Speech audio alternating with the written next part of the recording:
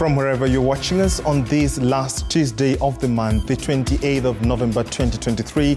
Good evening and a very warm welcome to the Daily Report right here on your authoritative channel TV47. My name is George Maringa. Rodanyamai is our sign language interpreter tonight.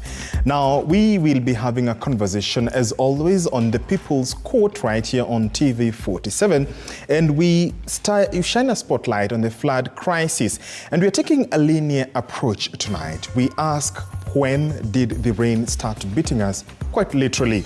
On the People's Court tonight, I am not alone. Linda Alela will be joining us a little bit later on this month, rather the coming month. But of course, Victor Muyakane is on the other side of the studio on standby. Victor, I want to hand it over to you to inform our viewers whom we have packed for the show tonight. I'm told we shall be crossing over to Victor later on, but of course, just to mention, we have a representative from the Kenya Red Cross as well as two legislators. We shall be looking at when the rain started beating us and what we can do to avoid such disasters, and of course, looking at how to deal with the current flood crisis. We invite your feedback at TV47 News, at Muyakane, at George Maringa _ use the hashtag Daily Report, hashtag TV47. But before that important conversation coming your way at this hour, here are some of the top stories. Tonight, tragedy in West Pokot County as 6 individuals lose their lives in a banditry attack at Sarmach. Wesekani kwamba maaskari wanatumia bomu kurushia raia villagers bila makosa. As 16 individuals sustain injuries in a counter-offensive requiring hospitalization in various medical facilities. Employed Kenyans find reprieve after the High Court in Nairobi ruled the housing levy within the Finance Act 2023 unconstitutional. The notice issued by KRA informing the public that it has been appointed by the Cabinet Secretary, Ministry of Lands, Public Works, Housing and Urban Development to collect the housing levy does not have any legal basis under the KRA Act. Plus, additional flood-related fatalities reported with bodies recovered in Mombasa and Lake Victoria in Kisumu County. The government now revising the death toll to 120. Our SMS lines are also open to 22047. Start with your name, where you're watching us from, and your question, feedback, or comment. We thank you for choosing us as we stream on terrestrial platforms as well as on our website and the YouTube platform as well. Tonight, we ask you, do you think the government has been well prepared to deal with the flood situation in the country? Do you think the government has been well prepared with the flood situation in the country? Start with your name, where you're watching us from, as well as your response. Let's get the show on the road now. And shall we? The government will continue taxing Kenyans to finance the affordable housing project as enshrined in the Finance Act of 2023 after a 3-judge bench led by Justice David Majanja granted the respondents a stay order pending an appeal to the Court of Appeal before January 10, 2024.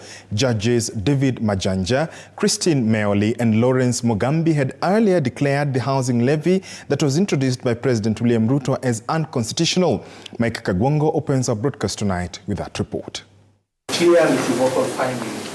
In a landmark ruling Tuesday, the High Court has thrown a spanner in the works for President William Ruto's affordable housing plan, with the 3-judge bench now saying that a 1.5% levy imposed as part of the finance law approved in June to finance affordable housing was unconstitutional. I only conclude that the respondents took the easy path of least resistance, as taxing employees informal employment is easier. It is also the respondent's constitutional responsibility to create a broad, efficient, fair tax system that complies with Article 201, B1 of the Constitution. Revenue-raising measures are provided for in the Finance Act, which is a money bill recognized by Article 114 of the Constitution. However, the ruling was stayed until January 10 to give the government time to file an appeal.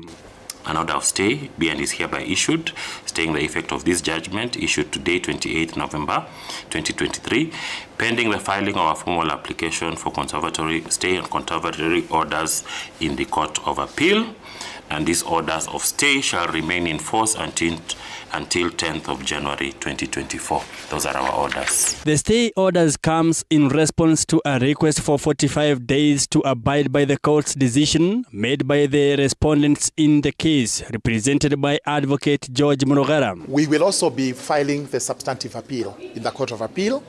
And I hope and pray that once we go to the Court of Appeal, the orders we have just gotten here will be extended until the appeal is heard and determined. The court ruled that the Kenya Revenue Authority, KRA, was not authorized by law to collect the levy, as the levy was unconstitutional and ambiguous.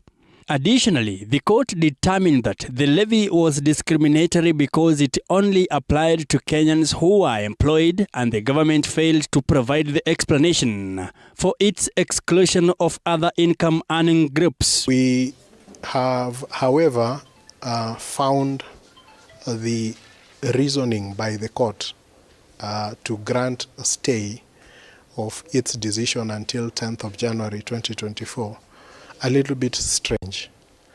It is strange in the sense that it appears intended to allow the government to collect the housing levy. It appears intended to allow the government to have time to finalize the processes that are ongoing in Parliament. Judges David Majanja, Lawrence Mugambi and Christine Meoli, who made up the three-judge bench, ruled that sections 84, 72 and 78 of the Finance Act were void. As a result, Kenyans will keep contributing 1.5% of their income to the fund, with an equal contribution from their employers, which some says will continue inconveniencing their income despite the process being unconstitutional. Sasa nazidi tu kutoa weko ushuru hapa, ushuru hapa, ushuru hapa. Hiyo ushuru haitafanya kazi yoyote. Leo hii nashukuru Mahakama Kuu, the next court in line, our appeal court judges wamekubaliana na msimamo wa azimio la Umoja wa Kenya, wakatupilia mbali ushuru wa inaitwa in-housing tax. Mike Kagwango, TV 47, Nairobi. Thank you, Mike, for that. 6 people, among them 3 bandits, have died, while 16 others are receiving treatment at various hospitals in West Pokot County following a banditry attack. The injured are residents who were bombed in their attempt to thwart the raid by the multi-agency team that was alerted of the banditry attack. Various leaders have expressed their dissatisfaction over the incident, saying the locals want the president to intervene and ensure peace and calm returns to the area. A multi-agency team is seen here patrolling troubled areas of West Pokot. This is after an attempted banditry attack saw 6 people dead, with 3 being identified as bandits. 16 others were injured in a counter-offensive operation by the multi-agency security team and are seeking treatment in various hospitals in West Pokot County. Locals narrated how the multi-agency team overseeing peacekeeping in the area bombed them as they rounded up the suspected bandits. Ilikuwa imeanza jana. Tulikuwa huko upande ya Lochacha. Sasa Lochacha ilikuwa kuna mbuzi iliibwa na Waturkana. Sasa harakati ya hata hawawezi. KDF sasa akaanza kutupa drone juu. Nasalot Chief Michael Motor says they were taken aback when the team bombed local residents who were just trying to keep themselves safe. To our surprise is what we received yesterday. Our KDF officers, the Kenyan Defense Force officers, were the ones who destroyed the lives of those people along the border. Various leaders have expressed their dissatisfaction, saying the president should intervene in the matter himself. Uwezekani kwamba maaskari wanatumia bomu kurushia raia villagers bila makosa. Mpaka penye hii mambo imefika, naomba sana Mheshimiwa Rais aingilie kati. They have said the multi-agency team should be investigated to ensure the people are safe. We are getting to our elastic limit. Soon we will chart our way forward as Pokot. Area Commissioner Paul Okello says banditry raids in the area have been rampant and assured the residents that they are working to ensure peace and calm is maintained in the region. Vera Alberta, TV47. Thank you, Vera, for that. The number of deaths related to floods has risen to 120, with the counties being worst affected being Tana River, Wajir, Garissa and Makueni. This is according to Interior Principal Secretary Raymond Omolo while unveiling the newly formed National El Niño Emergency and Disaster Response Committee that will be headquartered at Nyaya House. Fears are that the situation might get dire for persons living in flood-prone areas. More dams, including Thwake and Karemenu, are already spilling water after filling to the brim. Moige William with that report.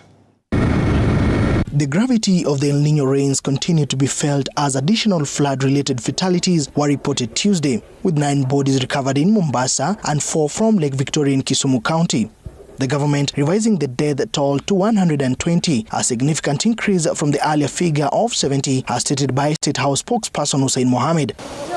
Deputy President Rigathi Gachagua now attributes the devastation to poor planning, blaming it for the havoc caused by El Niño. The situation we are having in El Niño is because of lack of proper infrastructural planning, poor drainage systems in our cities. Interior Principal Secretary Raymond Omolo has now cautioned that the situation has escalated in 4 counties out of the 38 counties affected by floods. Makueni, Tana River, Garissa and Wajir counties are now on the radar, with the PS saying the government has put in place a mechanism to alleviate suffering in the severely hit regions. Through our search and rescue efforts, over 2,000 people have been assisted and are undergoing medical checkups at the camps that have been set up. Further persons living downstream have been advised to move to higher grounds, with the Earthy Water Works Development Agency reporting that Karemenu 2, with a capacity of 23 billion litres of water, has started spilling. Also, Ndakaine Dam, with a capacity of 70 million cubic meters, and Sasumwa Dam, with a capacity of 15.9 million cubic meters, are also on the government's close watch. This as the situation looks risky for Kiambere Dam, which has less than a meter to go before it starts spilling. All the major dams are likewise being monitored. But Kiambere Dam, which has just about a meter remaining for it to overflow. Those who are in the endangered areas, particularly those who are downstream in Kiambere, their waters are now at 89 centimeters remaining. Please, it's good you move to high ground. The government has incorporated 5 groups from the disciplined forces, that is Kenya Defence Forces, National Police Service, Kenya Coast Guard, Kenya Wildlife Services and the National Youth Services in managing emergency services. Moige William, TV47. To some politics, and Azimio coalition leader Raila Odinga has slammed Kenya Kwanza's government move to privatize state companies, claiming it was ill-intentioned. The government yesterday, through the National Treasury, announced the plans to sell off the companies over claims of negative working capital and low liquidity. Azimio boss Raila Odinga says he will give a more in-depth brief on this in the days to come. Sheila Chelangad reports. Azimio leader Raila Odinga has now criticized the government's decision to privatize the Kenya Pipeline Corporation and other state-owned entities. Kenya Pipeline Corporation ikienda kwa mkono ya watu binafsi, bei mafuta taenda hata mara 100. He deems the move unwise and says that the strategic investments like KPC should not be sold, vowing to provide a comprehensive update on the privatization process soon. KPC is a strategic investment that should not be sold under any circumstances. Lakini wao wanataka kuuza sasa. Mimi nitaongea juu ya hiyo hivi karibuni. The government's list of state-owned entities includes entities such as KICC, the Kenya Literature Bureau, National Oil Corporation, the Kenya Seed Company, Mwea Rice Mills, New Kenya Cooperative Creameries, the Kenya Vehicle Manufacturers, Rivertex East Africa and Numerical Machining Complex. The government noted that it is looking to dispense with the KPC due to the negative working capital and low liquidity. The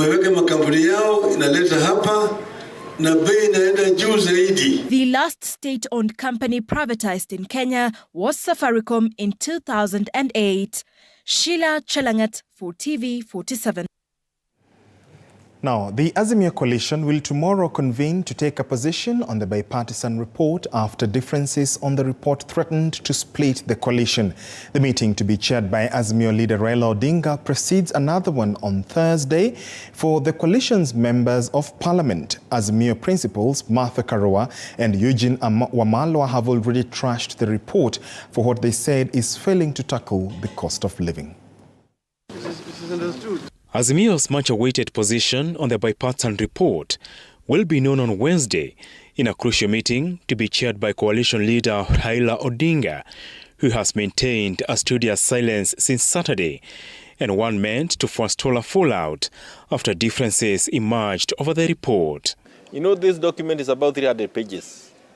So you can read one page and read something else and then say something. Tomorrow we'll be reading it together, and then we'll issue one position. I can tell you, Azimio is intact, and it will be intact under the leadership of Raila Amolo Odinga, and the chairman of the Azimio is Uhuru Muigai Kenyatta. Azimio principals Martha Karua and Eugene Wamalwa have trashed the report for failing to address Azimio's major concern, the cost of living, a reason why Wamalwa says he failed to sign the final report. We love the dynamism in Azimio. Can you imagine how vibrant the discussion will be tomorrow? I'm sure you also want to be inside. I can't wait because of different positions. It's very nice to have those ones. Eventually, we'll have one statement. The Jubilee Party, an affiliate of Azimio, has also dismissed claims that retired President Uhuru Kenyatta was out to scatter the talks. Uhuru has never been in the habit of disrupting things. He was running this country for 10 years when we even had COVID. And he always reached out to people so that we can come, let us talk and listen together. Odinga is expected to use Wednesday's meeting to consolidate the opposition's unity while walking a delicate path on millions of his supporters, watching keenly how he tackles the cost of living. Odinga will also be cautious not to throw Wiper Party leader Kalonzo Musyoka under the bus as the lead negotiator in the dialogue team that midwifed the report. The committee delegated the cost of living stalemate to President William Ruto and Odinga to come up with a solution. Apol Kamau, TV 47. Thank you, Apollo, for that. Now, businessman Jaswan Singh Rai is counting losses worth millions of shillings after his houses were demolished and unknown people took away with his property in the government's ongoing program of creating affordable housing in Kakamega County. Nelly Lusegi reports. Drama ensued at Milimani town in Kakamega County after angry residents engaged police in running battles. Residents trying to stop the enforcers from demolishing these houses, while fully armed police, on the other hand, were more than armed to perform their lawful duty. Asubuhi mwendo wa saa 6, excavator ilikuja ikabomoa manyumba, ilianzia huko kwa roundabout, ikafuruka mpaka huko kwa landlord wetu huko. Some of the residents remained astonished watching all they had worked hard for and a place they had called home go down under the watchful eye of the police. The move follows a directive by the government to have the houses demolished in order to create space for affordable houses. Walikuwa wanachukua na milango kidogo tu. Zile za kujisaidia tu, zile za hazina kazi, lakini chuma vitu mali ya dhamana serikali wamechukua. The residents have decried the move, terming it as illegal, saying that they were not issued with any notice regarding the process, further indicating that they lawfully acquired the land during the late President's Moi tenure. Iwapo serikali iko na nia ya kuwang'oa wale walioko milimani, pia sisi tuweze kufaidika, manake pia wametunyanyasa kwa muda mrefu. Hatuwezi tukabaki kuchukua tu kitu kama block askari anashika pikipiki zetu zinaenda station na wamesema zibomolewe. The residents are now crying out for justice, saying that the way in which the demolitions were carried out has made them incur losses as they lost their property after looters took advantage of the situation during the process. Nelly Lusigi, TV4.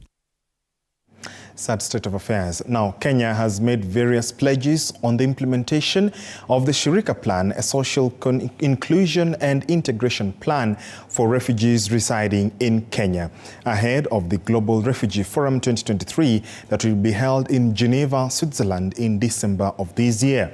Various stakeholders drawn from UNHCR, refugee host countries and supporting ministries merged to make their resounding commitments and pledges to ensuring refugees move from human reliance through setting up sustainable health, education, and sustainable income generating platforms. It is a plan that is meant to translate camps into integrated settlements. In this case, we are saying that the current plan, or rather the Shirika Plan, is going to help the government consolidate and support both the refugees and host communities. I say that because in this plan, we have quite a number of components. Like, for example, this is the plan which is going to help us coordinate and manage donor funding. For example, for education, we are saying education has always been focusing maybe on refugees alone. But we are saying with Shirika Plan, we want that inclusivity, whereby whatever support the refugees are getting, the same support goes also to host communities. Basically, it's the largest gathering of people who discuss refugee issues. So people are coming together from all over the world, and they're looking at how can we support countries that host refugees.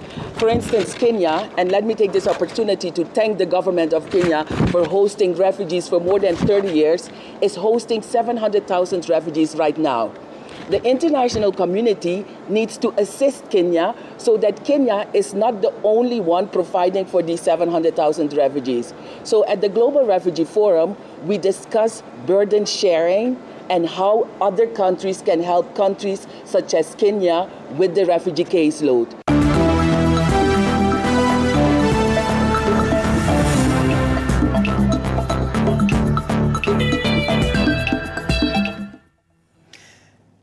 Let's make sense of the shillings and cents.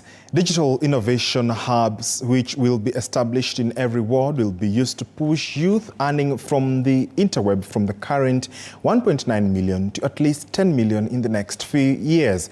This is according to ICT and the Digital Economy Principal Secretary, Engineer John Tanui, who says young innovators must look out for investors eyeing Kenyan startups as the country positions itself as the ideal continental IT hub.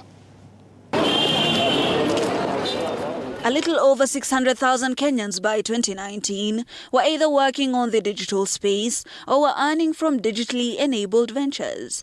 About 3 years later, the number has ballooned to 2 million, a lucrative alternative to traditional jobs as the unemployment rate continues to soar. We move from theory, from stories to action. In the build-up to this incredible week, we have had occasion to restate our commitment to commercialization, moving ideas to commercialization, and commercialization to job creation. We are happy, Your Excellency, that this vision is finding meaning in the bottom-up economic transformation agenda.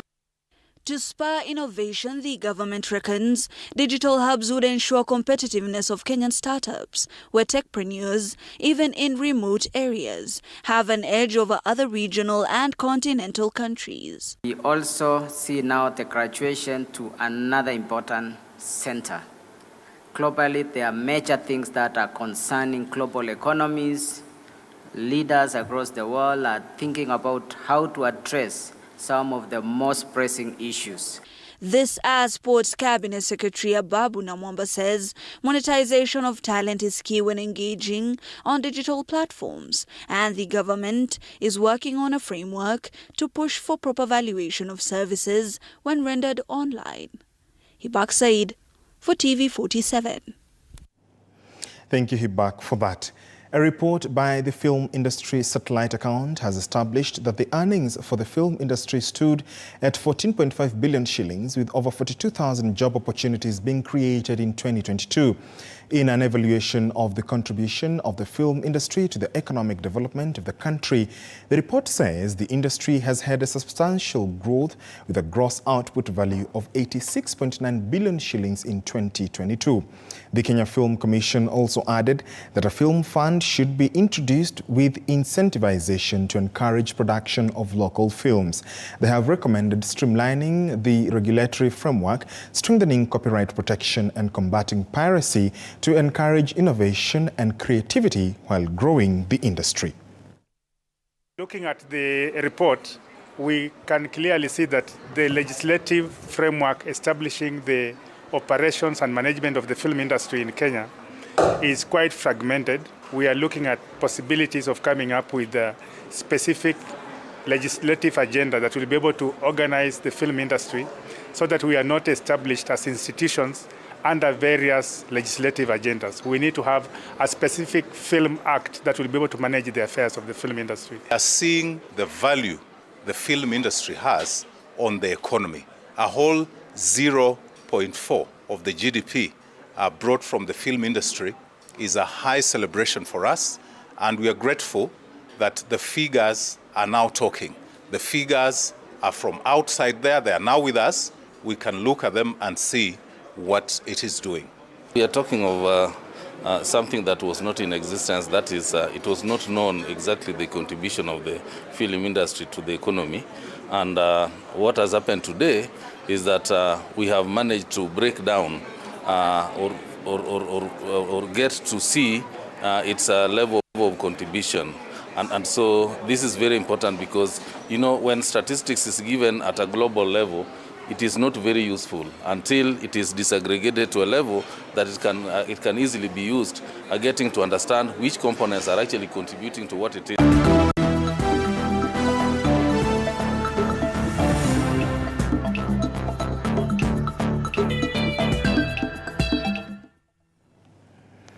That's all we had on the business front. We've made sense of the shillings and cents. Let's now get sporty.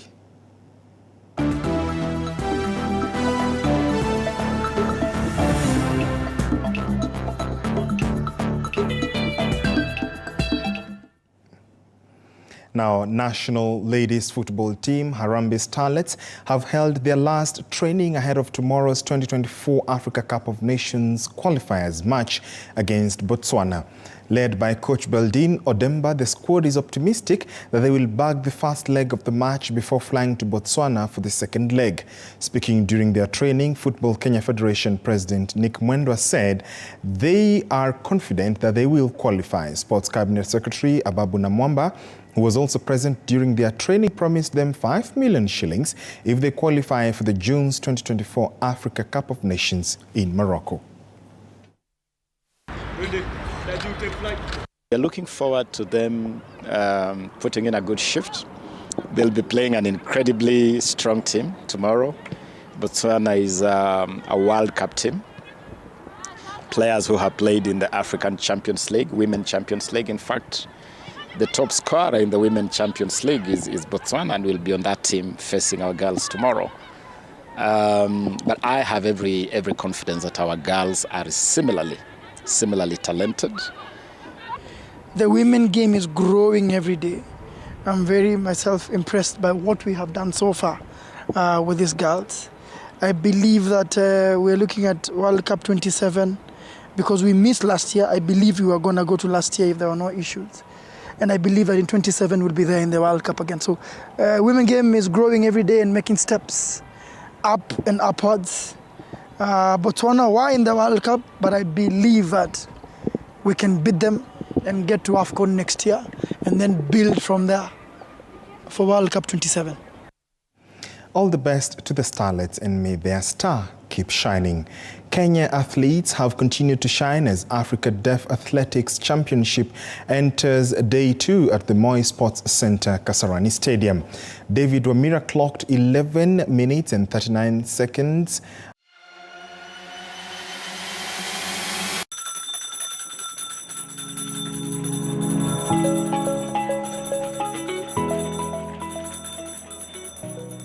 Wanasema wasemao kuwa elimu ni bahari haiishi kwa kuchotwa. Wakati mwingi natangamana na wanafunzi madarasani, sio kama mwalimu bali kama nahodha kwenye kipindi cha tasnia ya elimu. Na iwapo utanikosa madarasani, basi utanipata nyanjani nikisaka habari zenye usawa, ufasaha na ukweli. Na iwapo utanikosa nyanjani, bila shaka utanipata studioni hapa nikisoma habari na kuendesha mijadala mikomavu. Mimi ni Andrin Kilemi, mpenzi wa lugha ya Kiswahili na elimu kwa jumla.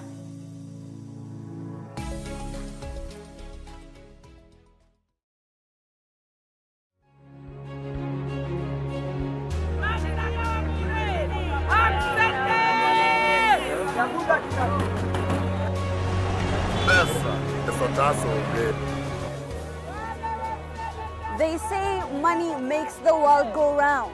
So let's slow things down a bit. Put things in perspective. From the markets to the streets to the stocks, we make the complex comprehensible. Join me, Hibak Said, on TV47 Business News for market insights like never before.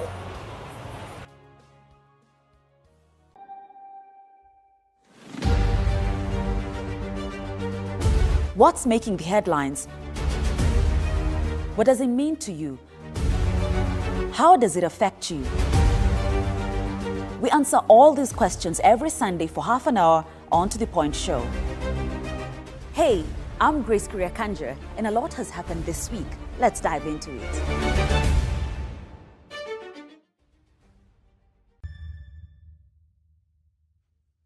The news that matters the most is the one that hits close to home. When disasters strike, we are there to inform you. When the bullets are flying, we tell you who's shooting and why.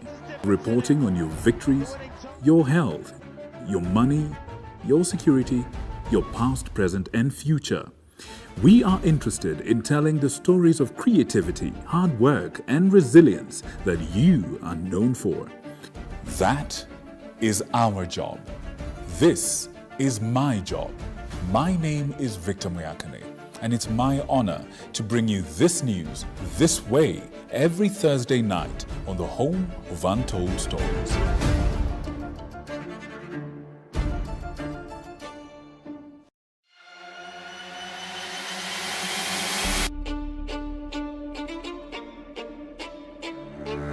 Katika majengo haya, hapa ndipo sheria zinapotungwa na zinapopakuliwa. Nitakuletea viongozi mbalimbali, mirengo mbalimbali, wote kwa pamoja wakipika na kupakua. Tutawapa nafasi kuweza kuangazia changamoto na mafanikio ya ugatuzi katika ukumbi wa siasa kila siku ya Jumanne kuanzia saa 1 kamili na kuendelea.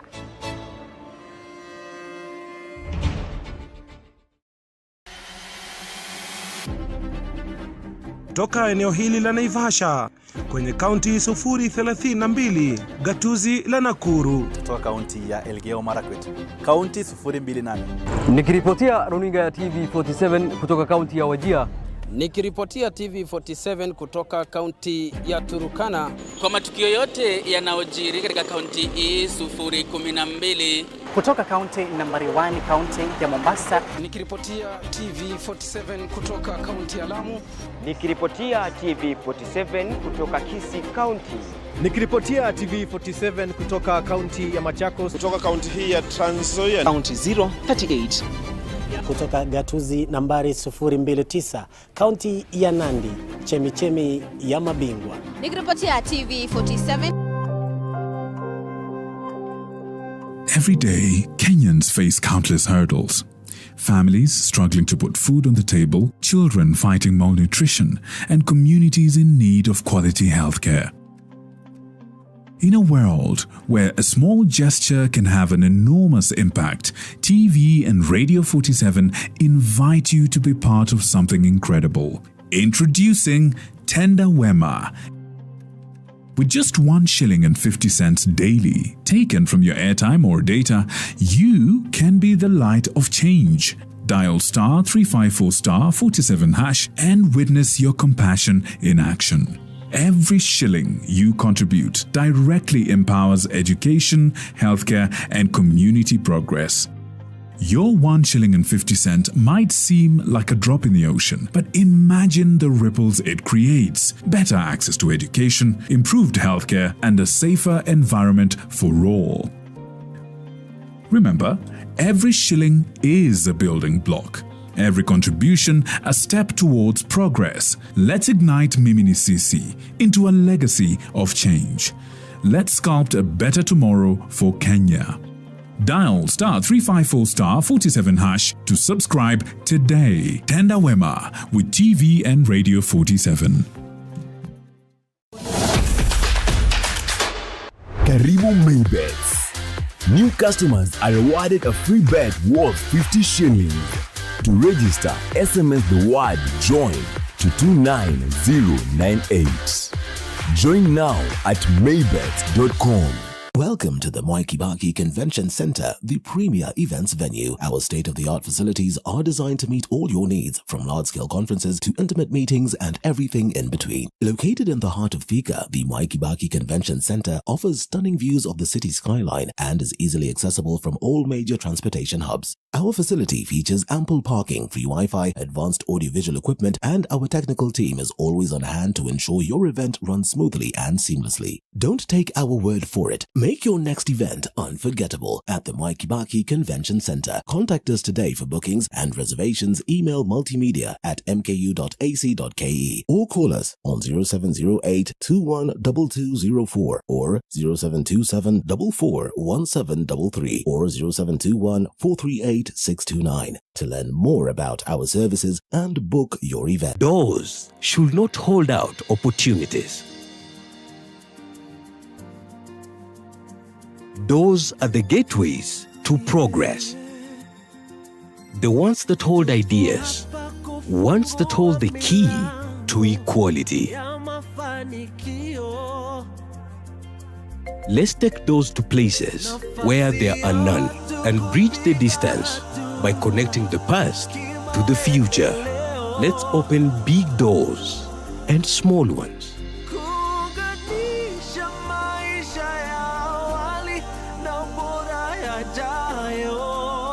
And doors that expand your horizons.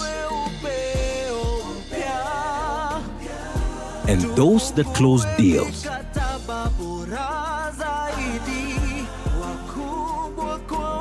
Let's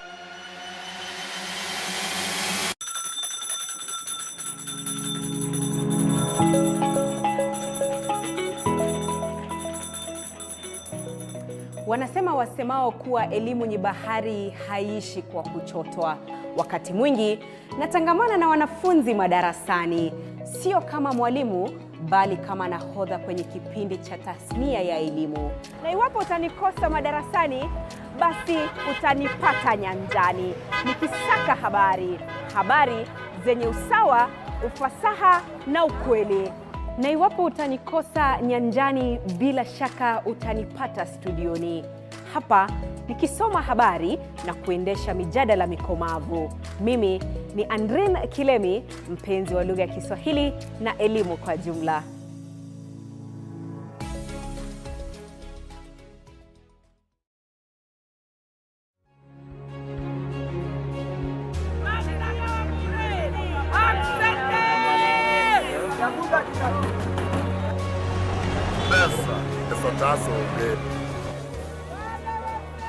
They say money makes the world go round. So let's slow things down a bit. Put things in perspective. From the markets to the streets to the stocks We make the complex comprehensible.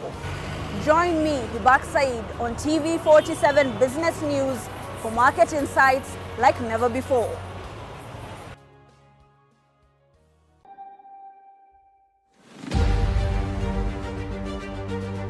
What's making the headlines? What does it mean to you?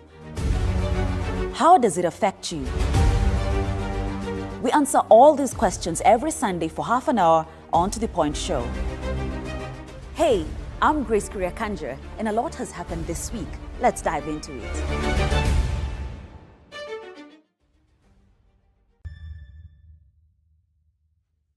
The news that matters the most is the one that hits close to home. When disasters strike, we are there to inform you.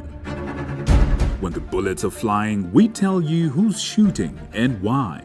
Reporting on your victories, your health, your money, your security, your past, present, and future.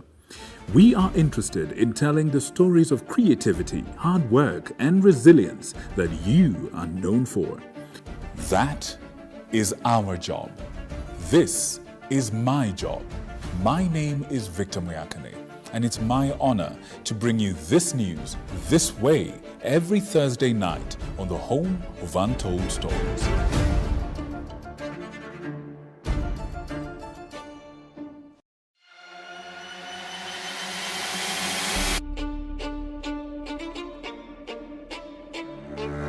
Katika majengo haya, hapa ndipo sheria zinapotungwa na zinapopakuliwa. Nitakuletea viongozi mbalimbali, mirengo mbalimbali, wote kwa pamoja wakipika na kupakua. Tutawapa nafasi kuweza kuangazia changamoto na mafanikio ya ugatuzi katika ukumbi wa siasa kila siku ya Jumanne kuanzia saa 1 kamili na kuendelea.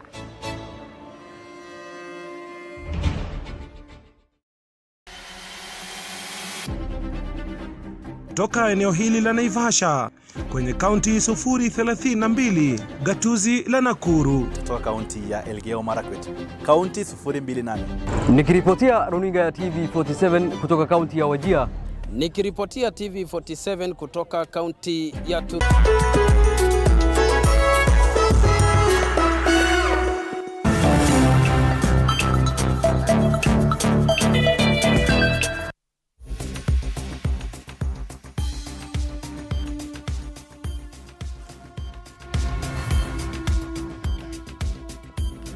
Forty-one minutes past the hour. Good evening and welcome back to the People's Court. In case you're just joining us, tonight we're looking at the floods crisis. In studio tonight, we shall be on one set as we have a linear conversation on what exactly needs to be done. Earlier on, we asked you, do you think that the government is doing enough to combat or to deal with the flood situation in the country?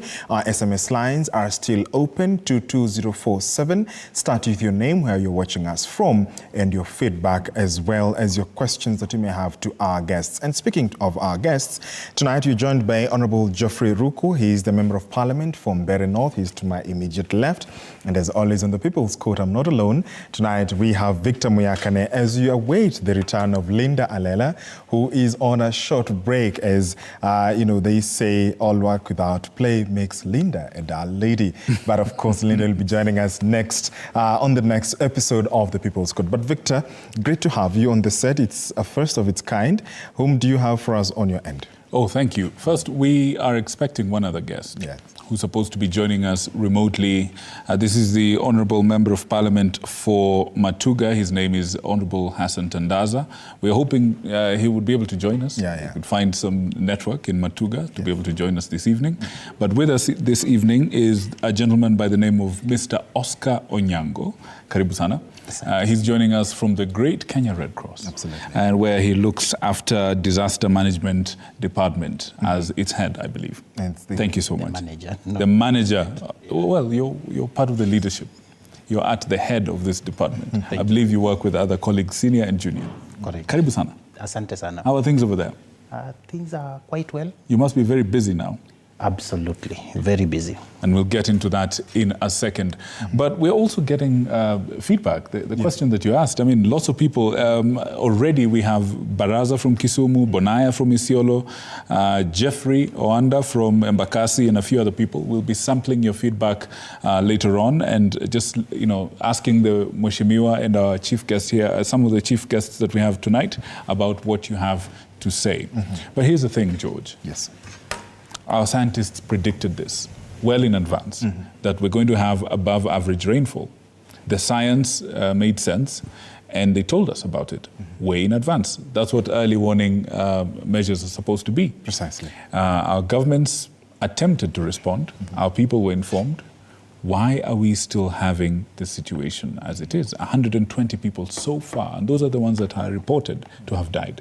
Why are we having this situation right now? That's partly the biggest question, the country is asking itself this evening. Absolutely. And, the situation, of course, transcends to various parts of the country. And, perhaps where Mheshimiwa comes from, in Mbere North, that is in Embu constituency, your people have been told that... Embu County, I believe. Yeah, the Embu County, yes. Yes. People have been told that the situation, especially around Masinga Dam and the dams that, have, the Fox Dam are, rising, the water levels are rising.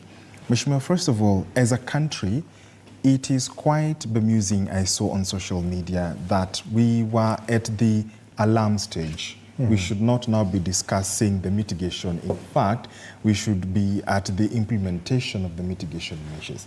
Do you think that as a country that, whoever, beginning even with the leadership, for instance, you as the Member of Parliament, that you are really being fair and honest to Kenyans when you talk about these mitigation measures?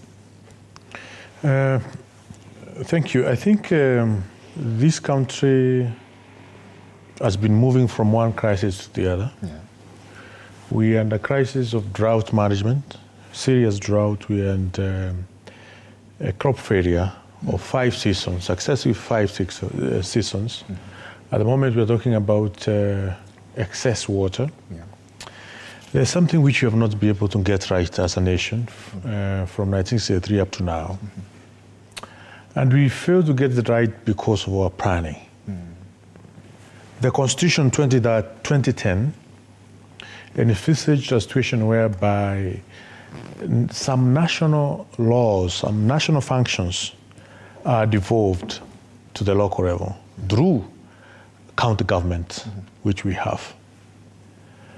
But even after having county government, we are seeing a situation where county government are looking upon the national government. From the time we face this situation, no single county government and a crisis meeting to talk about the disaster management as far as flooding is concerned. Most of the county government had their crisis meeting from yesterday. After the hand that the president is now having crisis meeting with different stakeholders, with different government agencies. And of course, I think yesterday also, he had a crisis meeting, a cabinet crisis meeting. Yeah. So the question is, what is preventing the devolved function, the devolved government, which is county government, to work on mitigation measures to see how the situation which we are facing can be addressed? So there is something fundamentally wrong for us as Kenyans and for those who are in position of responsibility. It is true, I am a member of parliament. Yeah. The budget I have for emergency is 2% of the CDF, which is about 2.6 million Kenyan shilling. All the county government, they have a budget of 2.5% of their yearly annual budget. And urea is more than 300 million every single year.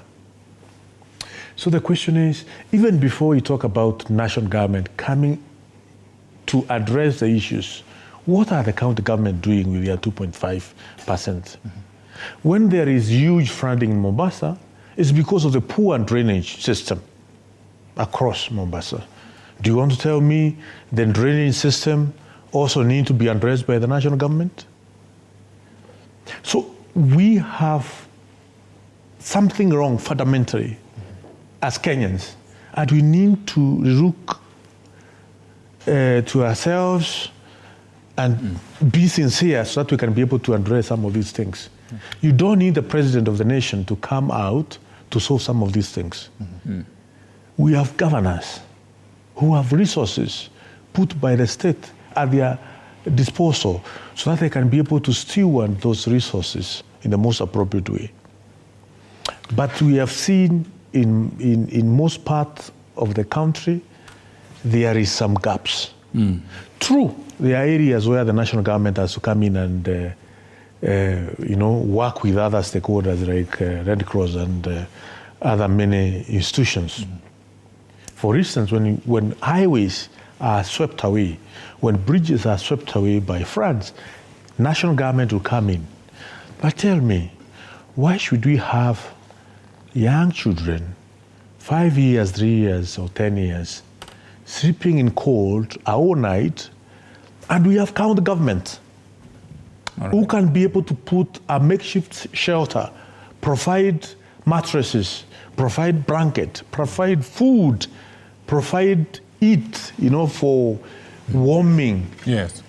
Why should we be facing such kind of a situation when we have county government and they have resources? And mark you, they can be able to call for a quick supplementary budget, call for for county assembly, a quick supplementary budget to take care of some of these things. When you are getting 10 billion Kenyan shilling every year. That's a good question, Mheshimiwa, and I want us to, we'll talk about the money in a second, George. But first, perhaps let us get a clearer picture of what's happening. Mr. Onyango, are the numbers that we're receiving accurate? What is the true situation on the ground? Thank you so much, Victor. The situation on the ground, of course, is not good. There is no way we can pretend that it's bad. And looking at how Mheshimiwa is bringing it up, you can see the passion and the pain in his heart. Sure. Because, of course, these are the people who are mandated to ensure that the people of this nation are in good places. So now, the situation that is at hand currently in terms of numbers, we are looking at 89,098 people who are in camps. Wow. And of course, we are looking at, again, 112 camps that have been established across the country. Wow. And most of these camps are in the northeastern part of the country and, of course, the coast. So in linkage to what Mheshimiwa is saying, then you realize that these are the same counties that are usually prone to drought. Now look, we are again having another crisis. Yes, one after the other. So the situation is bad, like I've told you, with such kind of numbers. And of course, the search and rescue is still going on. But why are we even doing search and rescue? It's because we have people who are marooned in areas that cannot be reached at the moment. So from your question, it's true that the numbers we are having, even in terms of people who are affected, because if we talk about affected, then affected is a wide range of factors, because somebody might have lost animals, businesses, not necessarily displaced from their houses. Then we have people who are in areas that even we as the Kenya Red Cross has not reached to do assessments. Meaning that the numbers that we have in terms of people who are affected are not yet accurate to the exactness that it should be. Right. So it could actually be much worse than the numbers are telling us. Absolutely. What we are looking at is going to be much worse. Once we have access to this area, then we expect that the numbers are going to rise. So now with that, I have another question. Yes, please. We knew about this. So what Mheshimiwa is saying, there's a gap in terms of, there's something wrong in terms of the implementation. Yeah. But what else do you think is the reason why we are not responding in good time? I mean, your organization has been in this business for a long time. What is this thing that you've observed that is the reason why we keep finding ourselves in trouble every single time? Of course, when you had the Deputy President speak today in the bulletin that you just gave, then you realized he mentioned something around planning. And of course, planning in this case, I would refer to infrastructural planning. If you hear what Mheshimiwa is also talking about, again, it comes to infrastructural planning. Then when I say infrastructural planning, basically it's about the drainage systems that we are having. Number two, we have frameworks about disaster management that have been developed in the past, including the Hyogo framework, which was focusing on preparedness. We had a framework that was focusing on response matters.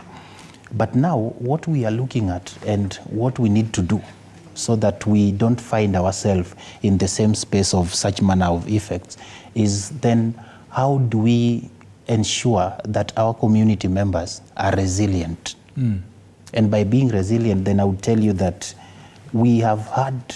So is that something that's missing, resilience? Yes, community resilience. Because we had response mechanisms in place, but then the we question also had is... preparedness. Yes, but the question is, has it worked? Those two levels, have they worked? And they are not working because, one, we have not fully engaged with the communities that we are serving. I was telling someone somewhere that you go to the community, they have been affected by floods, and you rush with, let's say, cash transfers. But then these people are not going to access markets.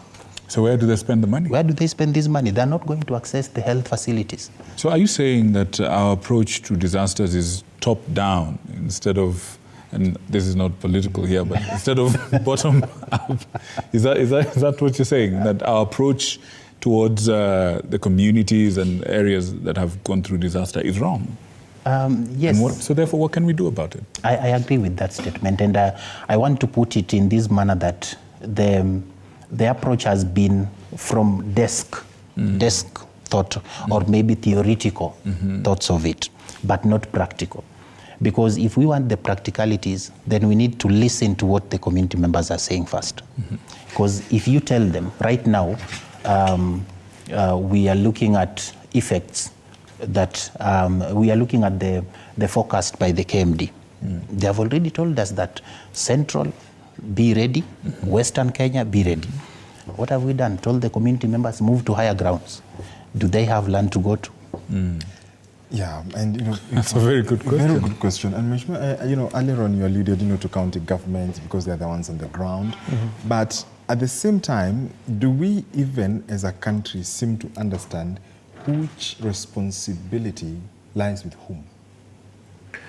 I think on a more deeper looking at the entire issue, the issue has to do with climate change. These are just consequences of impact of climate change in terms of adaptation, okay? That our communities are not able to adapt to the effect of climate change. And we need to have strategies put in place by both national government and county government that our communities, our society, or our villages in the Republic of Kenya are able to adapt to the effect of climate change, because climate change is a reality. Both flooding and both drought are effects we are seeing, we are living in the true effect of climate change. And in other countries, we hear about cyclones and other types of typhoons, So we should be asking ourselves, what is this we are doing as a nation, as a country, as a county government, to, one, mitigate, come up with mitigation measures to the effect of climate change, as well as to ensure our communities can be able to adapt to the effect of climate change. Now, in that process of adoption to the effect of climate change, both national government and county government, and also we members of parliament, everybody who is elected in a position of leadership has a responsibility to make sure the community is aware that these things are happening. Climate change is a reality, and you cannot be able to change if you don't have information.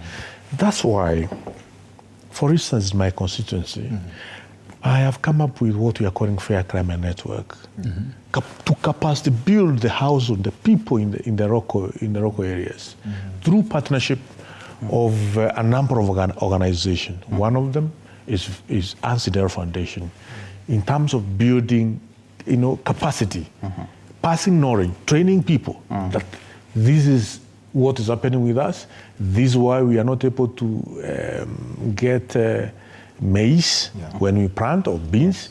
But if you plant indigenous crops within this agroecological zone, you are able to get to harvest. It's the same thing. Our county government need to know that due to the effect of climate change, we need to prepare the drainage system. Correct.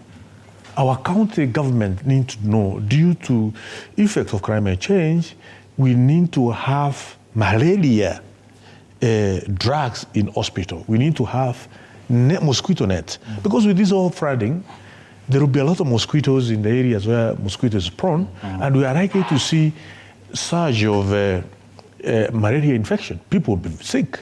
We are likely to see infection related with flooding. Our county government need to prepare the communities, and they need to put strategies in place to ensure such which anything that comes as a result of flooding is well taken care of. And we don't need to sit in, to relax and wait for things to happen, then we start shouting. As a reaction? Our government is not working. President need to do this, and the cabinet ministers are not working. Right. It is that is being lazy. And on that note, Mheshimiwa, actually people agree with you. Baraza from Kisumu. Baraza is watching from Kisumu. He says, clearly the government was never fully prepared, first from the uncertainty whether the country was going to experience El Nino rains or not. He agrees with you. Another one called Bonaya from Isiolo says, the government is not prepared at all for such disaster. We can do better than this. But really, good people, first of all, thank you for sending in your feedback, the few that have come in. We want to ask you to send in more feedback. The SMS line is on, that is 22047, that is the SMS line. We also have a WhatsApp line, which is on your screen right now. We also have a phone number, which should be on your screen right about now. SMS 22047, the WhatsApp number and the phone number should be on your screen. Those of you who are digitally inclined, go on Twitter or X and send in your feedback at TV47 News or TV47KE, is that it? TV47 News. And then we also have at George Maringa, is there an underscore at the end? Yeah. George Maringa underscore at the end, and at Muyakane. Let us know what you think about these. Ask your questions. Mheshimiwa is here. Mr. Onyango from Red Cross is here. They're ready to answer your questions. They're ready to respond to your queries. But before that, let's take a quick break. We'll be right back.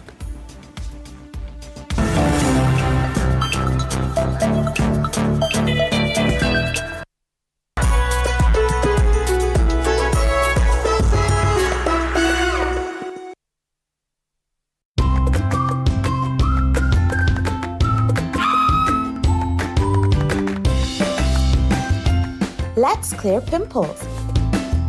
Step 1. Acne's Creamy Wash is a foamy and gentle cleanser that removes sebum and dirt in the pores. Step 2. Acne Soothing Toner maintains skin pH. Step 3. Acne Sealing Gel quickly clears pimple-causing bacteria. Mentholatum Acnes clears, cares, and helps prevent pimples. Roto.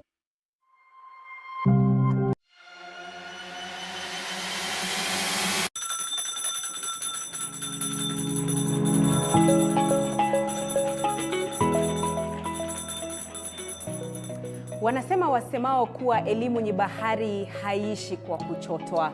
Wakati mwingi natangamana na wanafunzi madarasani, sio kama mwalimu bali kama nahodha kwenye kipindi cha tasnia ya elimu. Na iwapo utanikosa madarasani, basi utanipata nyanjani nikisaka habari zenye usawa, ufasaha na ukweli.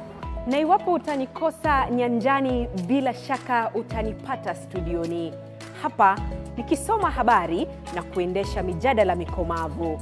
Mimi ni Andrin Kilemi, mpenzi wa lugha ya Kiswahili na elimu kwa jumla.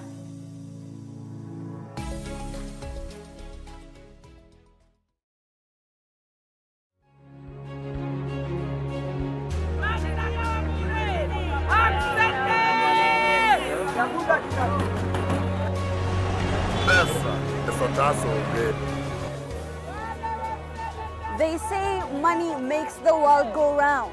So let's slow things down a bit. Put things in perspective. From the markets to the streets to the stocks, we make the complex comprehensible. Join me, Bipartisan, on TV47 Business News for market insights like never before.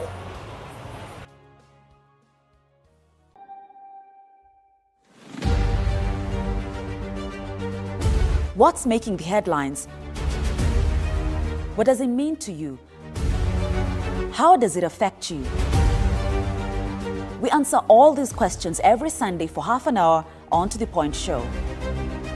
Hey, I'm Grace Kuriakanja, and a lot has happened this week. Let's dive into it.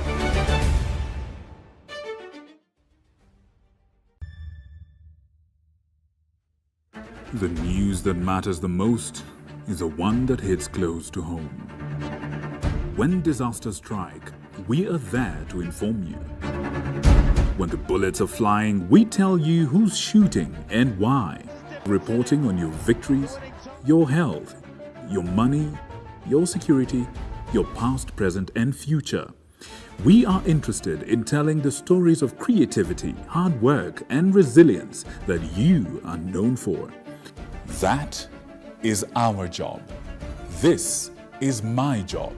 My name is Victor Muyakane, and it's my honor to bring you this news this way every Thursday night on the home of Untold Stories.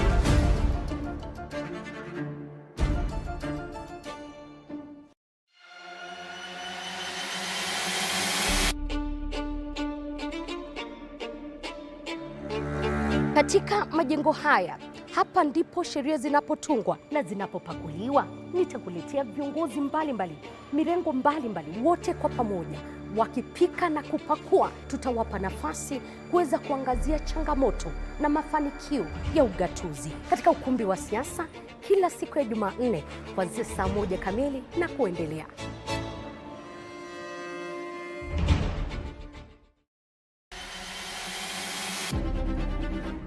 Toka eneo hili la Naivasha kwenye kaunti 032 gatuzi la Nakuru.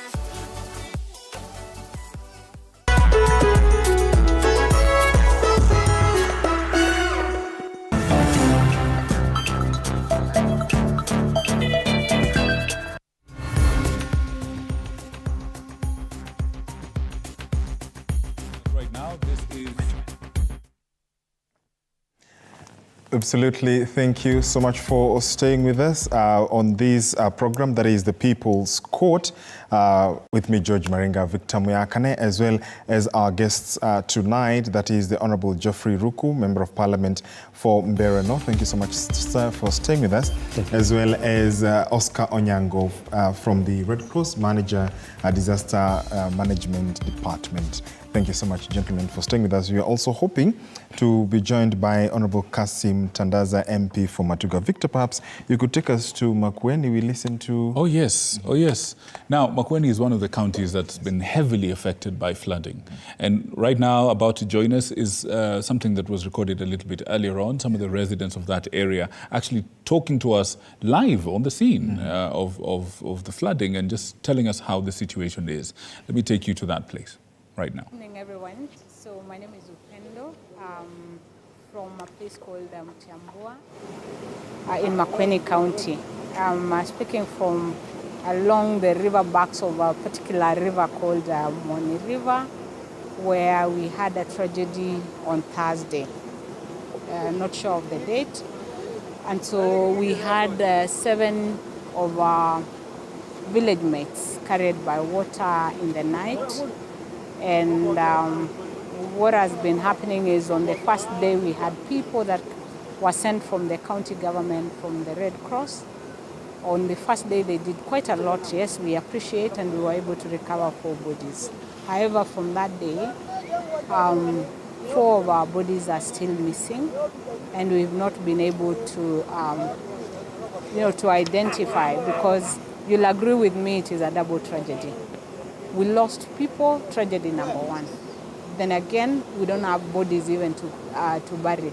I mean, that makes it a tragedy number 2. So what we are pleading, I know the county government is doing whatever they can, but I believe because of the limited resources they have, considering that the water keeps on increasing in terms of volumes because the rains are still ongoing, probably it's a limitation on their part. But I believe the national government, they have all the machinery required, including if it is, air rescue facilities. If they were to bring in the Navy, I believe even from the first day, by now we would have gotten our loved ones. So my prayer and my plea and what I'm calling out for the government is, could you just stretch your hand? The families are completely devastated. The whole village, I mean, there's no activity which is going on. Every single day we are spending on the riverbacks, hoping that somebody will come in and tell us they've recovered something. Because the only way we'll bring closure to this is only if we can find the bodies of our loved ones. So I'm calling out, and I'm hoping that somebody will hear our plea and they will come to our rescue. Thank you very much. Right, these are just some of the views from the people on the ground. Surely, how much more needs to happen before something changes. And I'd just like to bring you in, Oscar, for a second here. You're telling us about resilience. A community like this one in Mutiambua in Makueni County, they just lost 7 members of that community. 7 people who have families, 7 people who interact with the rest of the community, offering goods and services, 7 pillars of the community. Talk to us a little bit about how much of an impact this would have on such a community, and how does it affect their resilience going forward? Yes, Victor, looking at that, it's so sad, and first of all, we condole with them. And what is happening is that already they are missing 2 more who are not yet accounted for. And that is still affecting them so much. So looking at such a community, this is one river that has been devastating people day in, day out, whenever we have enhanced rainfalls. And one thing that this particular community can do is basically checking around themselves and having a discussion as a community that then what needs to be done? Do we need to stay in this particular area anymore? Do we need to be still crossing this particular river when it's already having increased water levels? So such questions amongst the communities then will have answers coming from within the community themselves. And of course, when it comes from the community themselves, then it can easily inform the government on what actions to take. Like she's saying that the government has machinery to help them find these 2 missing persons. That is very true. The government has the machinery through the KDF and all other stuff. And as a country, one thing I want to attach to that is that as a country, we are still in the previous frameworks I had mentioned. And this is the response framework. And like Mheshimiwa said here, we as a country are waiting to respond instead of getting prepared or ensuring the community members are resilient. And if we as a country then look at it from an angle of then let's get back to preparedness. listen to the communities from the resilient perspective, then now prepare with whatever the community members have told us in mind. Then I think we will be able to mitigate such incidences in the community. Right. Yeah. And George, if I may ask Mheshimiwa this question. Earlier on, you were talking about something that, for lack of a better word, I'll say, charity begins at home. Mm-hmm. Could you talk to us a little bit about what you personally have done for the people of Mbeere North to strengthen what our good friend from the Red Cross is talking about, resilience, preparedness, and response? Thank you. The time I was elected as a member of parliament, first thing I did even before talking about CDF is to form a fair climate network. Mbeere, a community-based organization which puts together all the CBOs within Mbeere North constituency. So it's a network of CBOs, and with only focus on climate change. I went around looking for partnership so that we can capacity build this network of NGOs in matters climate change. Climate change is a bit broad in terms of mitigation and adaptation. Mitigation is to put projects which can mitigate the effect of climate change, and adaptation is having a project which can make households adapt to whatever they are facing. You know, when you go down to the villages, you see the true effect of climate change. It affects children, it affects women, it affects education, it affects health. So through these this Fair Climate Network, I was able to have Ansidero Foundation, which came in, and Nature Conservancy, which has come in building capacity of different, for instance, that local indigenous crops are likely to survive more than crops which are not indigenous. And that's how we also partnered with PACJA, Pan-Africa Climate Justice Alliance, and the EABL to start sorghum farming within the constituency. Sorghum farming will survive better within the agroecological zone, and the household will be able to harvest and sell the crop to East Africa breweries for the use within their business. And this happened. Also, we have partnered with Sava Limited, a company which is farming castor to produce castor oil as a biofuel to be used, supported by one of the Italian company, actually, which was financed by at a tune of 12 billion by International Finance Corporation, I think last month or 2 months ago. So we are farming castor, we are farming sorghum, and also we are farming Media Fokensi. Media Fokensi is known as mukau in my mother tongue. Right. Because Media Fokensi is hardwood and can survive very well within our agroecological zone. And a couple of 10 years, these farmers will be able to, cut those trees and sell as hardwood, timber, So there are all these measures which we are putting in place, but of more importance is the knowledge of what is happening. Why? Because you may be doing the same thing and things are not working as a household, and you don't know why. Remember, some of these households are, poor. They have not gone to the hands of household have not gone to school, so they don't have full information on exactly what is happening, on exactly why the rivers are drying, on exactly why we don't have. They just know what they know. Yeah. So they keep doing it. Getting people who can train them now regularly on exactly what is happening and advising them what they can do, they are quickly to adopt to some of these things, and they will be able to increase the income Also, the other things we are looking at is farming of dragon fruit. They can grow very well within that kind of ecosystem. Also, farming, extensive farming of green crabs. It can grow very well within that for the purposes of adaptation to the climate change. And malnutrition or lack of proper nutrition affect the health of the entire household. So if they have proper nutrition, they will go to hospital less. So, and when people are sick in the villages, what happens is they sell what is available, their chicken, their goat. And they say most Kenyans are just one disease away from poverty. Yes, exactly.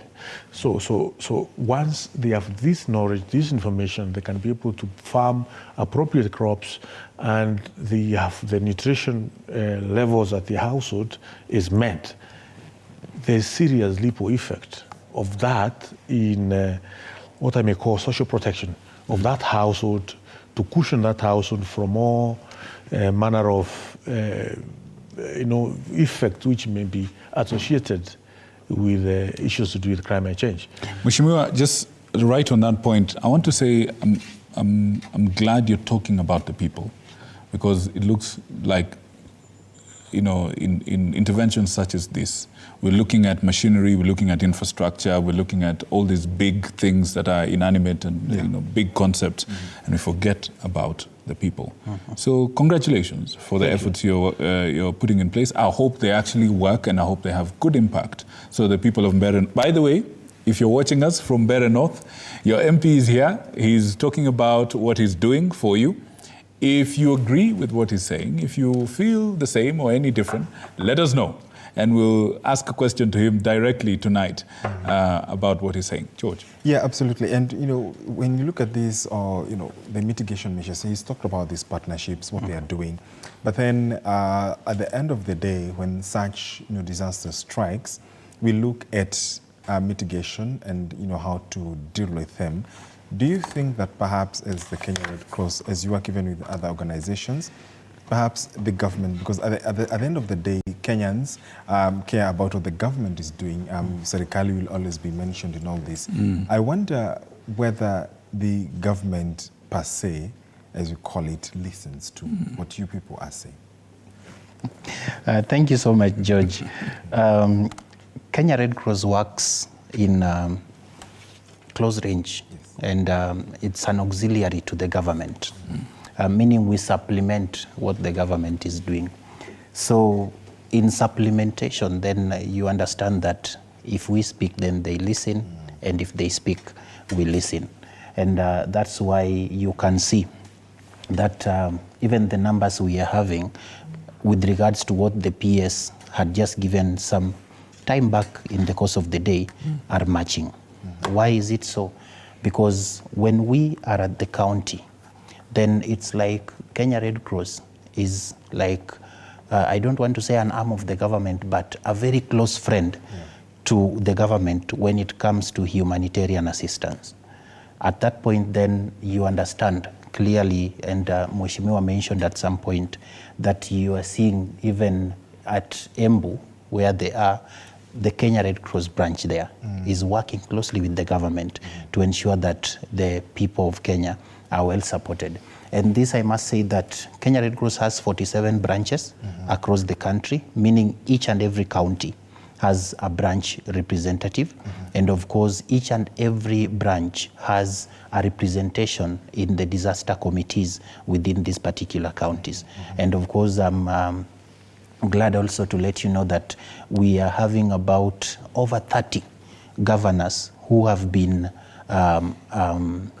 crowned as county patrons for the Kenya Red Cross branches across this. So that tells you how we are working close with the county government, both at the national and with the governments, both at the national and the county level. So then we listen to them and they listen to us. Okay, and in terms of now the community, we'll come back to Mheshimiwa, but even the community in terms of listening, because I mean, as you said earlier, you're telling Kenyans to move to higher ground, but they do not have the land. Correct. When you look at these all measures that we put in, we keep moving from disaster to disaster. We even saw what the president said. People doubted them when they prayed for the rains, and now they are here. But then we seem to be letting these waters drain all the way to the Indian Ocean. Correct. As the Kenya Red Cross, I wonder, do you also help, perhaps even at this point, as you're seeking to help those who have been affected by this disaster, in terms of harvesting these rains and being able to ensure that we avert another disaster that will necessitate the hand of the Red Cross, perhaps in the way of a drought or such? Yes, George. In forums where we have sat for quite a number of years, like I mentioned in this committee, both at the county and national level, one thing I would say is that we miss it when we fail to listen to the communities. And the community members have continuously advised and given information to stakeholders at the ground level, including Kenya Red Cross, that in such counties where we are having heavy water flow during enhanced rains, we need to have dams, serious dams, not the water pans that we are digging that are washed away by soil, serious dams that are constructed such that we already know the path that this water will follow. Then these dams are constructed to harvest this water, and this water will be used in the next cycle of the drought or of the events or disaster, which in this case we already know that after the floods, immediately a few months then we'll be having drought. And the drought will be in these particular counties that are affected. Recently, Kenya Red Cross was working on a drought appeal, which was in 33 counties. Right now, we are now looking at floods appeal, which is now in 38 counties. So, meaning those 33 are already in these 38 counties. So what if we had harvested this water? Then now, these counties that are prone to drought use this water when it comes to the next phase. So that is one thing that we have missed, and the community members have continually communicated that they need this water harvested for future use. So what I'm trying to say again is that when we talk of future use, the country and looking at the government that we have in place right now, this government is pro-agriculture from the top downwards. Yes. And if a government is pro-agriculture, then it means that this harvested water can be used for irrigation in those dry areas, meaning we will have striked out food insecurity. And of course, when we have food insecurity, then that is when we have interclan clashes, where you are saying they cross and fight over the little food or resources that are available. Another thing that I would want to say is that if this water is harvested, then Kenya Red Cross, we have right now in the response phase, we have SETA plants. These are the machines that are used to purify water and make them clean for community members to drink. And in the disaster management unit, we have a thematic area known as WASH, water, sanitation and hygiene. So this WASH hardware, part of it then ensures that these setup plants are mobilized and placed in areas where these camps are. So this then helps to ensure that the community members are having access to clean water during this particular time.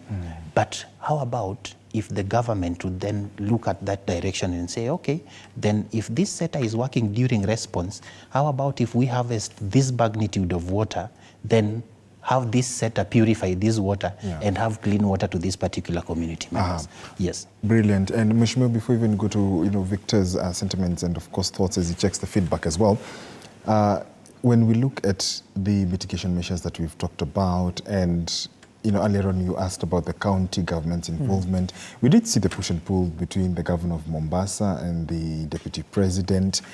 In terms of understanding the roles and to avoid the blame game, because there is the 10 billion that will be channeled to counties and 7 billion from the national government as per the cabinet meeting of yesterday.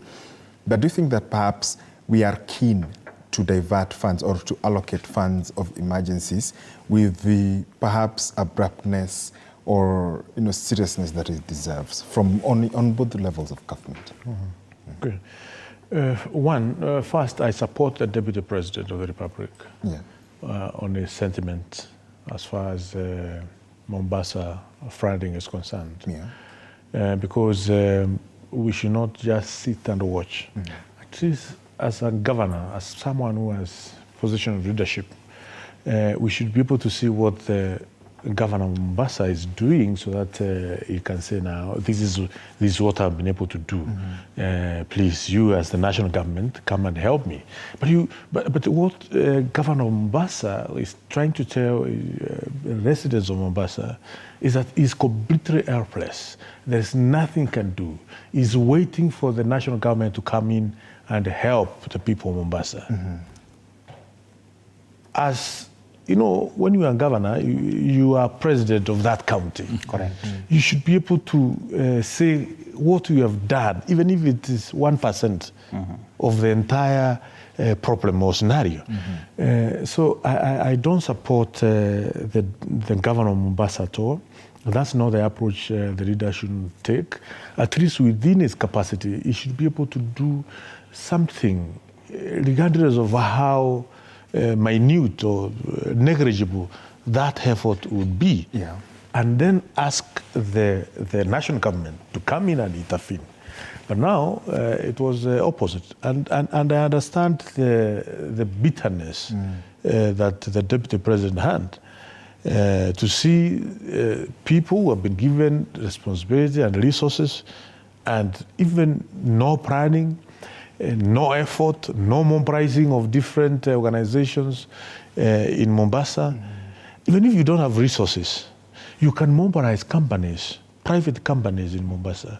You can mobilize civil organizations in Mombasa to come together and raise resources and see what this can be done, So it is true, there is that push and pull between the national government and the county government. And from where I stand, I stand with the national government 100%.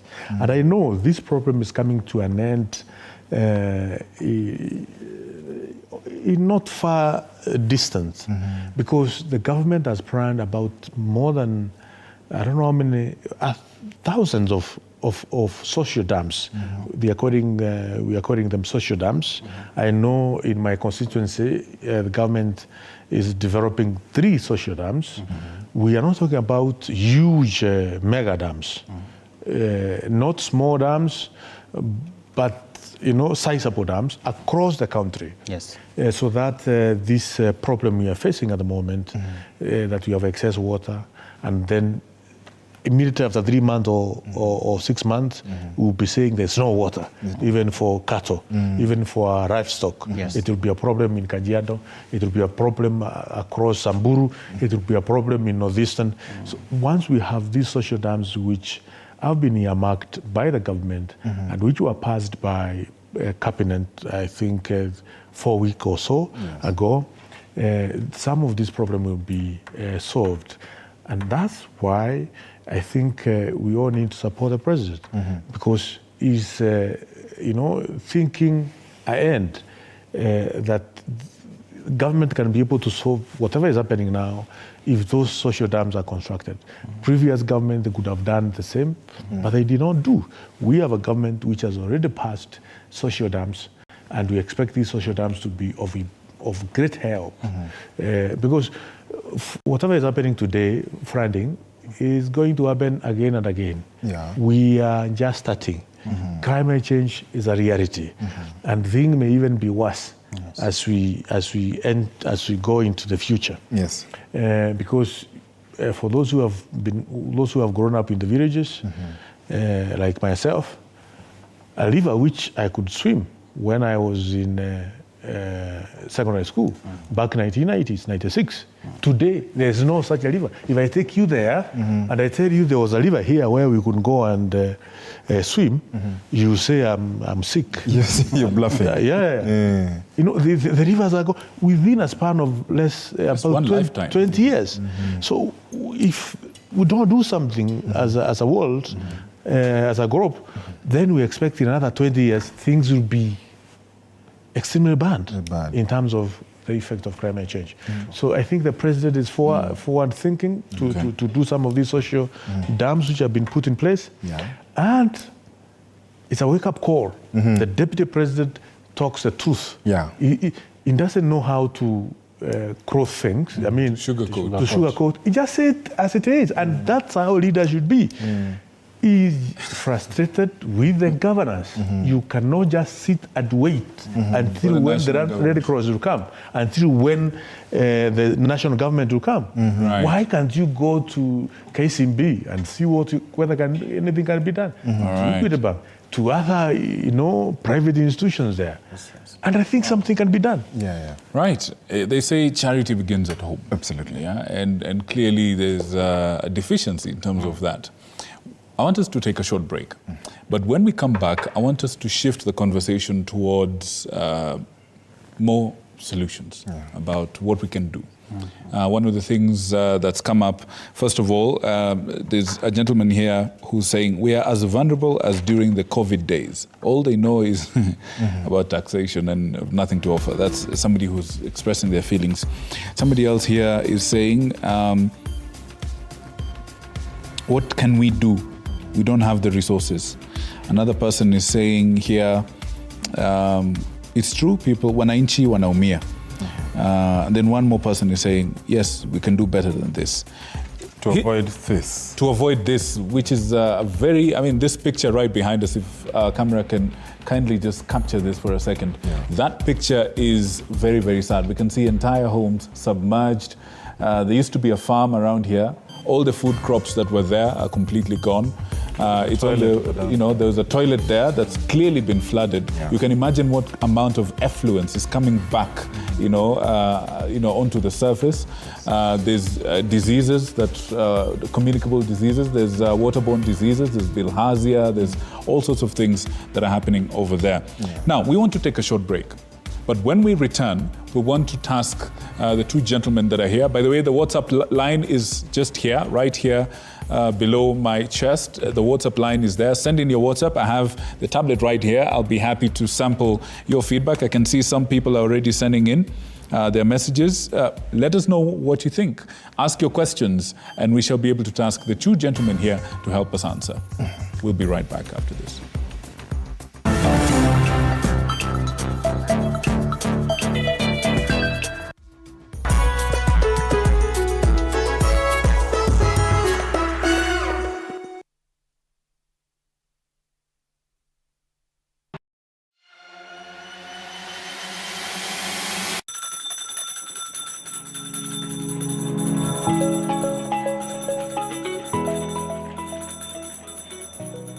Wanasema wasemao kuwa elimu ni bahari haishi kwa kuchotwa.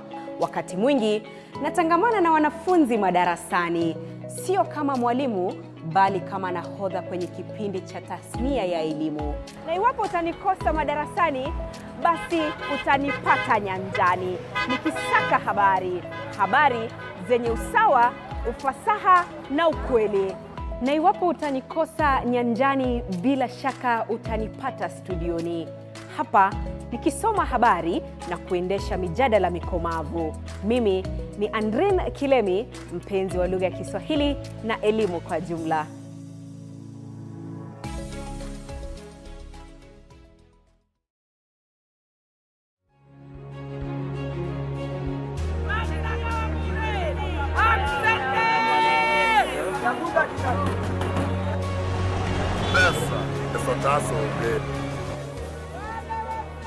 They say money makes the world go round.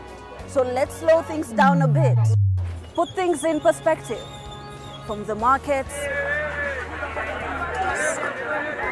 to the streets to the stocks, we make the complex comprehensible. Join me, Hibak Said, on TV47 Business News for market insights like never before.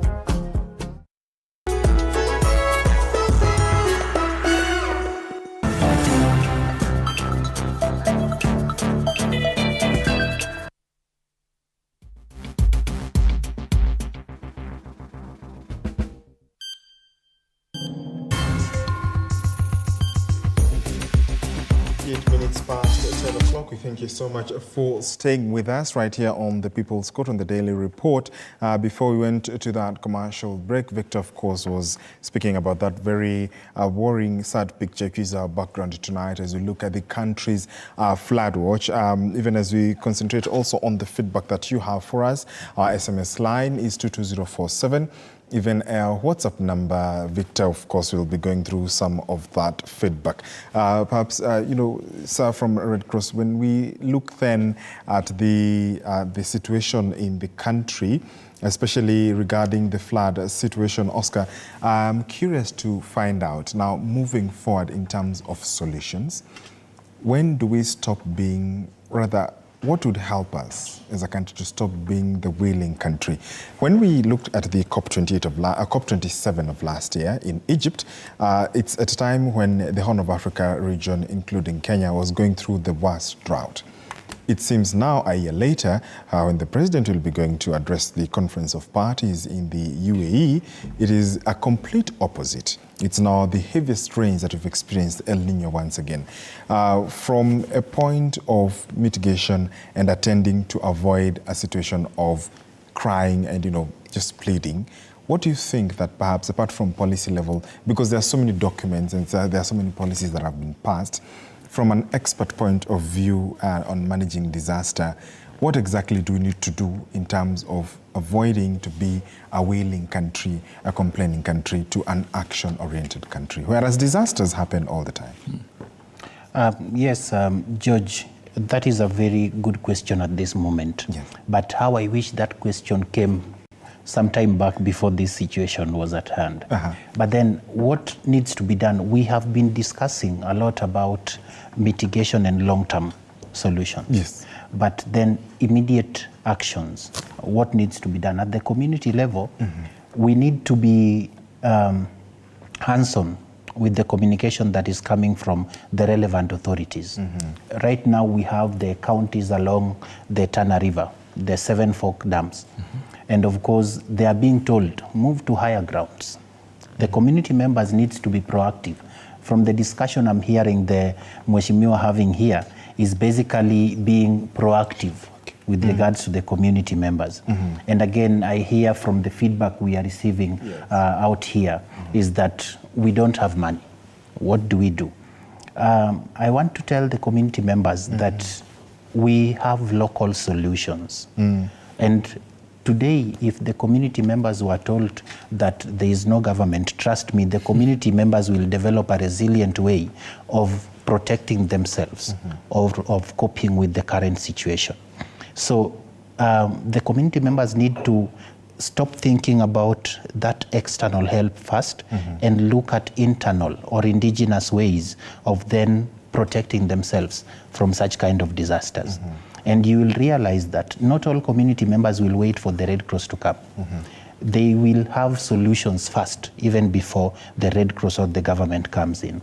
So my message to the community members in terms of solutions is that let us adopt the indigenous solutions, the local solutions that we are having. And again, let us listen to what the authorities are telling us and let us action with regards to that. And to the stakeholders, I would say that there is need to have a well-coordinated mechanism of working. Right now, we are having the NDOC that is coordinating everything around disasters and around this response in particular. The NDOC has already developed a number of committees in a meeting that we participated in today. And these committees are going to be assigned tasks as of tomorrow, and they are going to run with all stakeholders coming on board. Today it was basically mapping. So for stakeholders, we need to come out, communicate to the communities so that they listen to that first advice. And secondly, we need to also listen to these community members and have the solutions that are pro-community, not that are against the community. Things that community members have told us to do, then these are things that we have a sure way that they are going to work. And finally, to the government, I know you had said that apart from the policies and legislative matters, but then there is this question around the DRM bill, the Disaster Risk Management Bill. It was read somewhere on 18th May 2021. Yes. But then, what is the progress after that? Has it been approved? Is it being actioned in any way? So I think at that point then, Mheshimiwa sitting here can tell us what is the position with the DRM bill, and again, what can be done around policies with regards to the DRM bill that can help the country in long term. Even as I look at some feedback from Alice, who's watching here in Nairobi, she says, we are importing a lot of food. The country is also unprepared for simple things such as harvesting rains and building dams 60 years into independence. Kitui and Turkana should provide majority of this country's food and not even central region. Mheshimiwa, when you look at such feedback, when you listen to such sentiments, and even picking up from what Onyango is speaking about before you go to Victor, what is your thought process in terms of now furthering more legislation? Because in the wake of climate change, perhaps what we've been working on may not be fashioned or curated to perhaps be ideal for the current situations. How do we then adapt to the rising needs occasioned by climate change? Thank you. I think what we need to do is we need to climate-proof all the infrastructure or whatever we do. When you're talking about climate-proofing infrastructure, we have seen how these funds have exposed the contractors, how these funds have exposed the shadow work which has been done by some of the contractors. Because not only the bridges, but also some part of the roads, which is not even a bridge, getting exposed in a very serious manner. It is important to climate-proof the infrastructure, our roads. There are methodologies in place to ensure that is done. Climate-proofing of our water infrastructure to make it climate resilient, and also to ensure we adopt what we may call climate-smart agriculture, ways of farming across the nation, with such that we can be able to harvest even when there's not enough rain, because of using methodologies which are climate-smart in nature. So we seriously need to adapt, to integrate, to mainstream some of these aspects within our planning, of the way we do things, whether it is road network, whether it is building our building within different markets, different cities, whether it is in the cities or in towns or in our rural areas. We need to consider, we need to look at some of these parameters. And I'll give you an example. If you go to a nation like Israel, every house has a bunker because of the nature, because of the environment which they live in, that the bombs can start raining in a minute. So they are adopting that by ensuring that every household has a bunker and has some food stuff down there, which can survive for not less than 2 weeks or so. So the same case, the effect of climate change are here with us, they are going to stay with us. So let's ensure we do things in a manner that we climate-proof all what we are doing. And this is something we should think, to all the levels of leadership we have in the Republic. And once we do that, also we capacity build our communities, our societies, so that they can have that enough information that this is exactly what is happening, and we are supposed to respond on what's happening by doing certain things. For instance, we may talk about digging wells of where there is no water. But did you know even the boreholes can dry because we are not discharging the aquifers, which are within our those villages or within the society, within our communities. So do we know how to recharge these aquifers? We may find our communities don't have the knowledge on how this recharge can be done of aquifers. So we may have boreholes, but within a couple of years, they dry up because you have utilized all the water underground. So we need to capacity build our community. And I'm telling you, don't underrate the rural or the common, the rural capacity building. Yes. These people you may underrate, people you may look down upon, once they are given that information they need for them to survive, you'll be surprised to what they can be able to do, how they can be able to transform their household using that information. So these are some of the things which we need to do, and they are minor things. We may even think that this is not important information, but that small detail, minor details, is what our communities need to ensure we have a resilient survival of the community across our nation. And I'm saying this because I'll give you an example. I'll give you a story. This time I went to Israel and I was told, do you know how the drip irrigation was invented? There's one guy who sat under the tree and realized it was raining, and this rain is not raining like a river, it's raining in drops. And he asked himself, why is it raining in drops and not pouring? So whoever designed the design by God that is in drops, it must be having a meaning. Yes. And therefore, let me go, because we don't have water here, let me go and try to have a way of ensuring there's a drop after every second going down on these seedlings, and we see the changes. And it was enormous. So it's a minor thing, but which came up to be a huge thing, drip irrigation across the world, transformed the agriculture.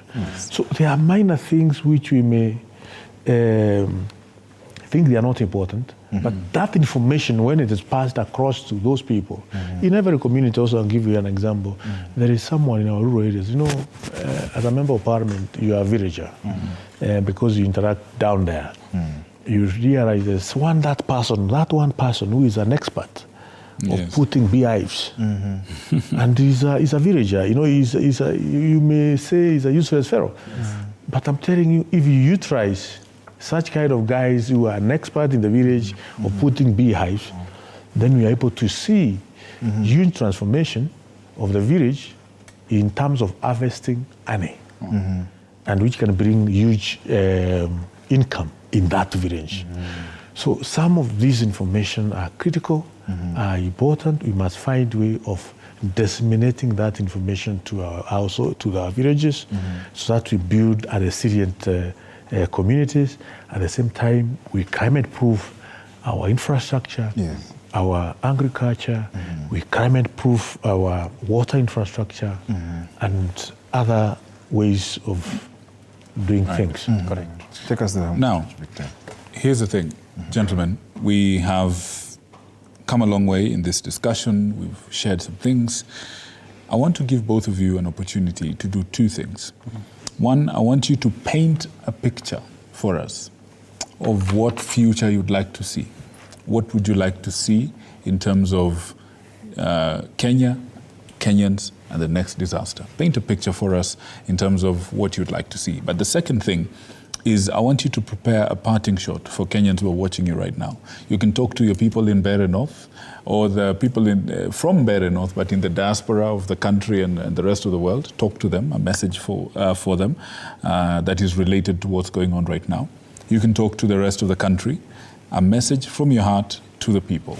But first, paint a picture for us. I know we've covered a little bit of that in the intervening moments, but paint a picture for us of the future you'd like to see when it comes to disaster management. Please. Thank you so much, Victor. And of course, the discussions have been very fruitful. From the perspective of Kenya Red Cross, what we would love to see is a country where we have resources allocated to the stakeholders or partners who are deemed first responders. And in this case, looking at a scenario whereby the Kenya Red Cross, being an auxiliary to the government, is allocated response funds so that we don't take a long time to respond when these particular incidences happen. And of course, Kenya Red Cross is not only looking into response programming. We are also having long-term programming, recovery programming. These are things that if the government allocates some money to Kenya Red Cross, then of course we are sure that the Kenya Red Cross would be in a position to support the community members in all these 47 counties to become resilient. Again, one thing I would love to see from this perspective again in future is a country that is having policies that are put in place to ensure that structures or infrastructure are well designed to ensure that we are mitigating very, very minor disasters. Because look at the roads, like Mheshimiwa is saying. They were done poorly. If you drive on them before the floods, you could think that, wow, between Garissa to Nairobi, the road is now perfect. But look at what the floods have shown us, that this road was not done well. They're actually being called biscuit roads. Correct. Looking at what is happening between Garissa and Wajir, the Modogashe road, a very wonderful road. When you looked at it, I drove on it at one time when we were coming from Wajir, and it was wonderfully done from the look of it. And as you say, biscuit road, then how about we have structures that are done once and for all with the quality it deserves so that such can be mitigated. Another thing I would love us to look at is a country whereby we are having the needs of the community members coming in handy. And by this then, I mean that we have a country that listens to the community voices. Thank you. All right, excellent. Thank you. You're a man who's very economical with your words. Sir, as quick as you can, your parting shot to the people. There's your camera right there. We have a responsibility as leaders to change this country, and it is possible to change this country within our lifetime. I know the government of Kenya is committed, the president is committed, the deputy president is committed. Yes, there are challenges, serious challenges facing this nation at the moment. But the commitment and determination which the president and his deputy have, it is possible to change this country within our lifetime. And we as leaders, and myself as a member of parliament, I am committed to do my part to ensuring mistakes are not going to be done, and to ensuring that the institutions which are in charge, which are charged with taking care of all the aspects of rights of the people of Kenya, do what is right. Let's be hopeful. Things will change for better for this nation within our lifetime. It is possible. It can be done, and I'm sure it will be done. Thank you. Wow, that's great. Thank you so much for those sentiments, Mheshimiwa. Thank you, Mr. Oscar Onyango from the Kenya Red Cross, the manager, Disaster Management Department. Karibu sana. Yes. And we also had Honorable Jeffrey Ruku, who's a member of Parliament from Mbeere North. Karibu sana. Thank you so much. George, a few people sent in their feedback, and most of them were basically, I think the questions have already been answered. Yes. One of them was saying, what can our leaders do? Yeah. What can the president do? Yeah. And then somebody else asked, what can we do as Kenyans? So those are some of the things that have come. A lot of people are just feeling, there's a sense of hopelessness that was happening. And that's something that a lot of Kenyans were feeling and expressing. Hopefully, like Mheshimiwa has said, things will change and hope will grow and Kenyans will be able to see a better future in the days to come. Let's look forward to that. Absolutely, and of course, feedback coming in all the way. We want to appreciate all our viewers and also to appreciate, I did see Tom and his family watching all the way from Germany. Oh, wonderful. And they're saying that they will hope to see a different Kenya.